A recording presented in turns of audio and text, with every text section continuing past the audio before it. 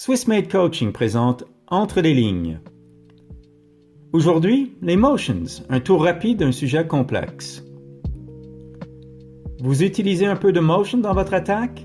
C'est bien, car mettre un receveur ou un running back en motion est une tactique qui sert à quoi au juste? Est-ce que c'est vraiment utile? Le sujet est beaucoup plus complexe qu'on pourrait initialement croire. Dans cette première partie, nous allons commencer en explorant quelques motions couramment utilisées. Depuis une formation avec un seul running back, en traversant un receveur d'un côté à l'autre, nous pouvons passer de 2 par 2 à 3 par 1, de 3 par 1 à 2 par 2. Si on déploie le running back en motion pour créer empty, il y a plusieurs possibilités. 3 par 2, 2 par 3, 4 par 1, ou encore une fois créer 3 par 2, mais par une autre méthode.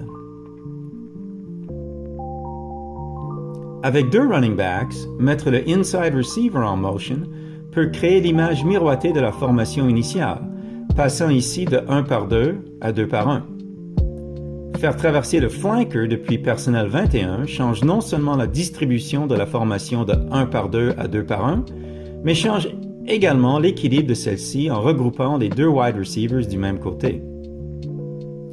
On peut également mettre un running back en motions depuis 2 backs pour créer soit 3 par 1, ou 2 par 2 sans tight end, ou avec tight end. Ensuite, des motions peuvent être utilisées sans changer l'équilibre de la formation, mais pour la compresser comme ici, ou encore ici, ou pour écarter la formation sans toucher à sa distribution. On peut croiser 2 receveurs, on peut effectuer un jet motion, un orbit motion, un idiot motion, ou enfin return motion. C'est bon, assez, arrêtons-nous là. Une certitude, beaucoup de possibilités. Tous utiles? Rien n'est moins certain. Alors, quelles utilités pour toutes ces motions ou même pour juste une petite sélection de motions? Un début de réponse vous sera proposé dans notre prochain épisode.